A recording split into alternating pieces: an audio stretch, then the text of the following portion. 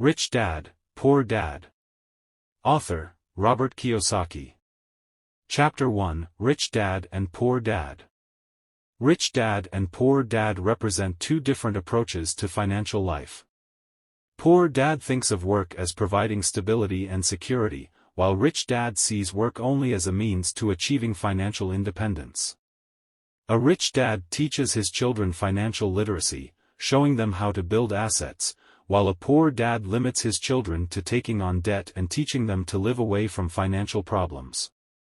Chapter 2, What they teach in school and what they don't teach. Education at school does not teach children financial literacy and teaches them only to get a stable job. Financial literacy is the ability to manage money and create assets. School will teach adults to be good servants of the system, but will not teach them to be a successful investor or entrepreneur.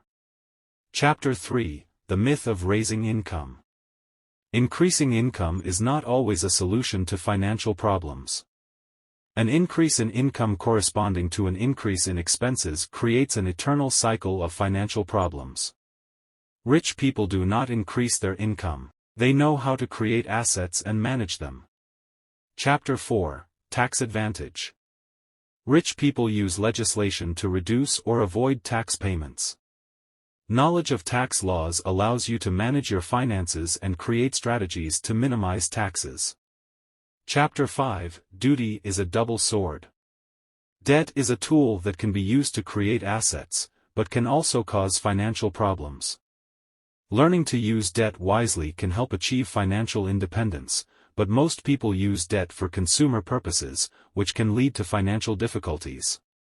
Chapter 6, Work and Financial Independence. Work is a means to create money, but it is not a source of financial independence. Rich people strive to create assets that will generate income even without their direct participation. Financial independence is achieved by creating passive income and managing assets.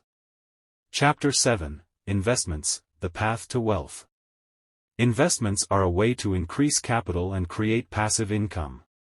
Rich people invest in assets that generate income, while poor people spend their money on passive assets or consumption. Investing requires education and skill, and conscious selection of assets to achieve financial success.